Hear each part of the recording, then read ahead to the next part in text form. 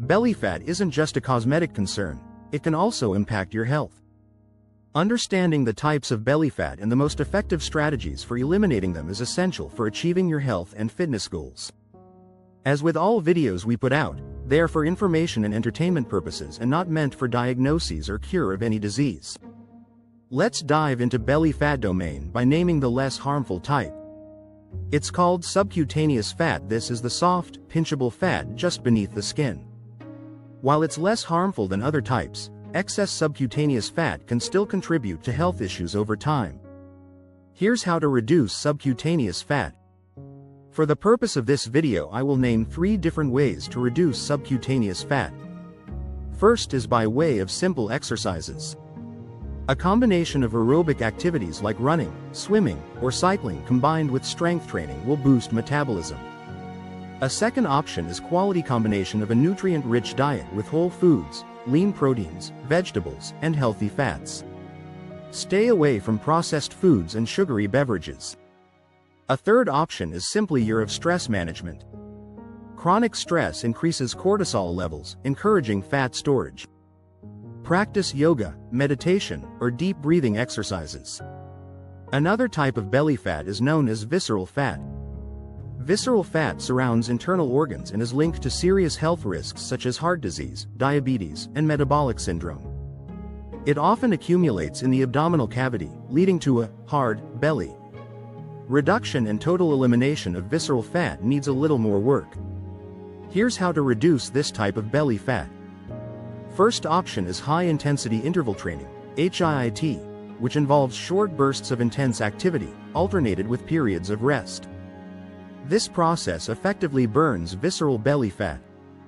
Dietary adjustments comes in handy as a second option. You are advised to cut down on refined carbohydrates and sugars. Include foods high in fiber, such as beans, fruits, and whole grains. At home you are supposed to sleep well. And this option counts as the third way to reduce visceral fat. Poor sleep quality can lead to visceral fat gain. Aim for 7-8 hours of restful sleep per night. Thanks to hormonal imbalance, we also have what's called hormonal belly fat. This is the belly fat number 3. This type of belly fat is common among our women, especially those approaching of already in menopause. Hormonal imbalances, such as high cortisol levels or changes during menopause, can lead to stubborn belly fat. Please go through the following processes to reduce it.